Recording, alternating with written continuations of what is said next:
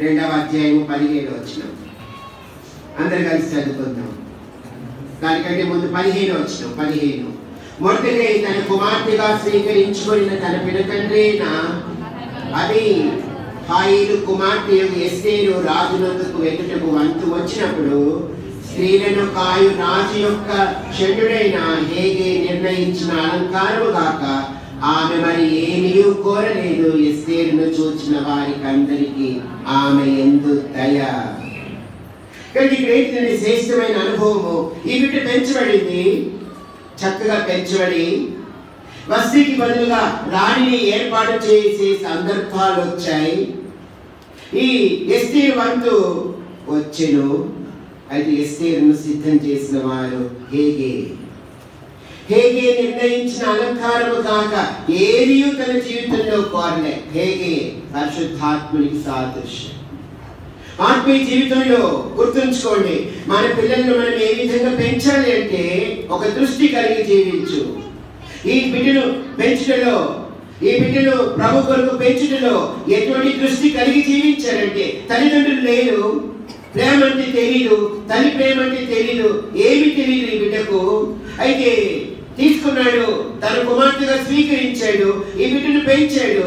సమయం వచ్చినప్పుడు పరిశుద్ధాత్మ దేవునికి అప్పగించాడు. చివరికి ఒక గొప్ప రాణిగా చేయబడి తన ప్రజలైన వారి విషయంలో తాను మొరపెట్టుకొని ఉపవాసం ఉండి కన్నీరు కార్చి వారి విషయమైన విజయవంతమైన జీవితాన్ని సంపాదించుకోవడానికి ఈ బిడ్డ ఎంతో ఉపయోగం.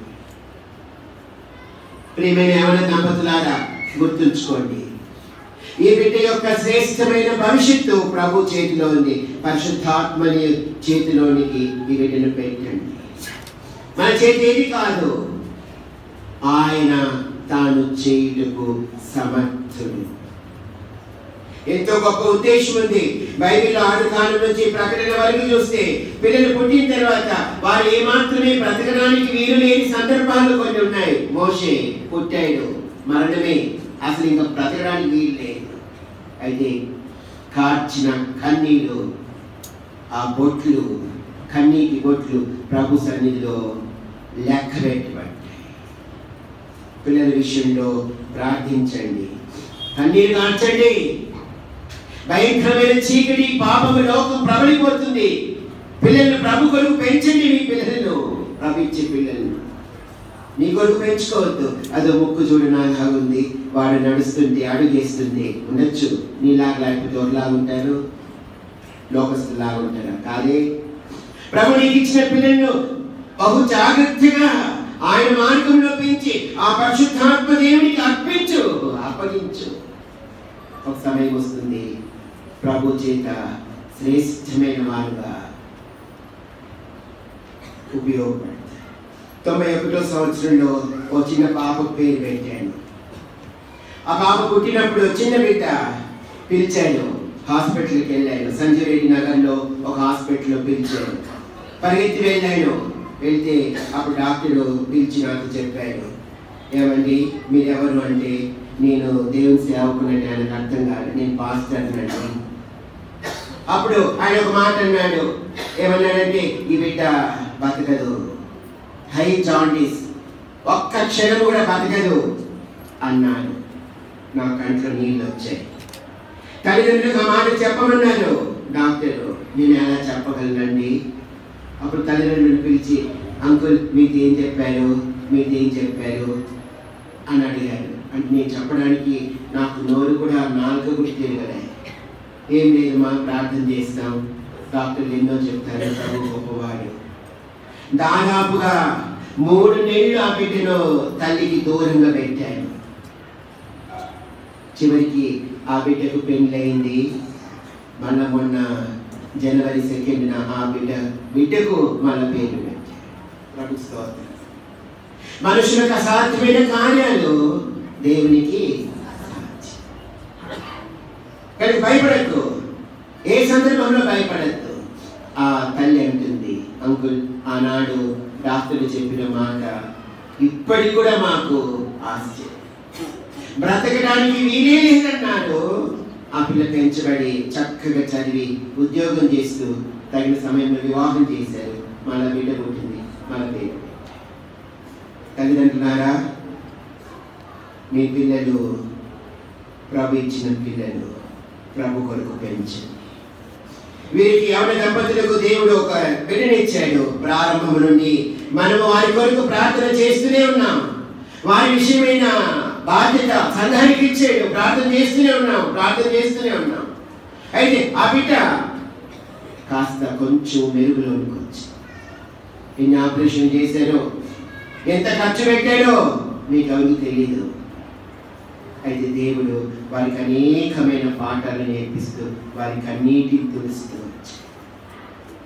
ఈ సమయంలో బిడ్డకు దేవుని ఇంటిలోకి తీసుకుని వచ్చి ప్రతిష్ఠించాలి. అనే సందర్భాలు పేరు పెడతాం, ఫంక్షన్ హాల్లో పేరు పెడతాం, ఇంట్లో పేరు పెడతాం, అత్తగారి ఇళ్ళలో పేరు పెడతాం. తప్పు.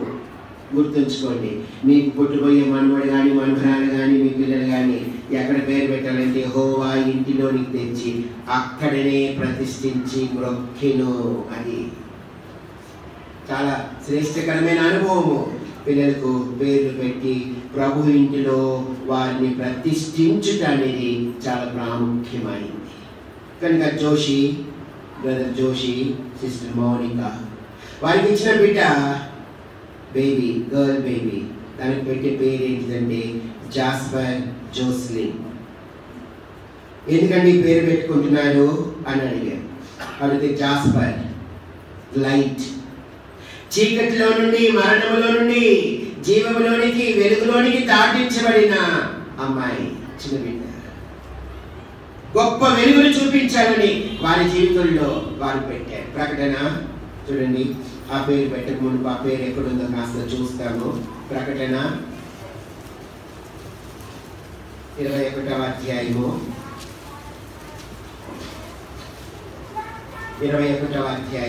19వ వచనం. ప్రకటన 21:19 అందరు కలిసి చదువుకున్నాం. ఆ పట్టణపు ప్రాకారపు పునాదులు అమూల్యమైన నానావిధ రత్నములతో అలంకరింపబడి ఉండెను.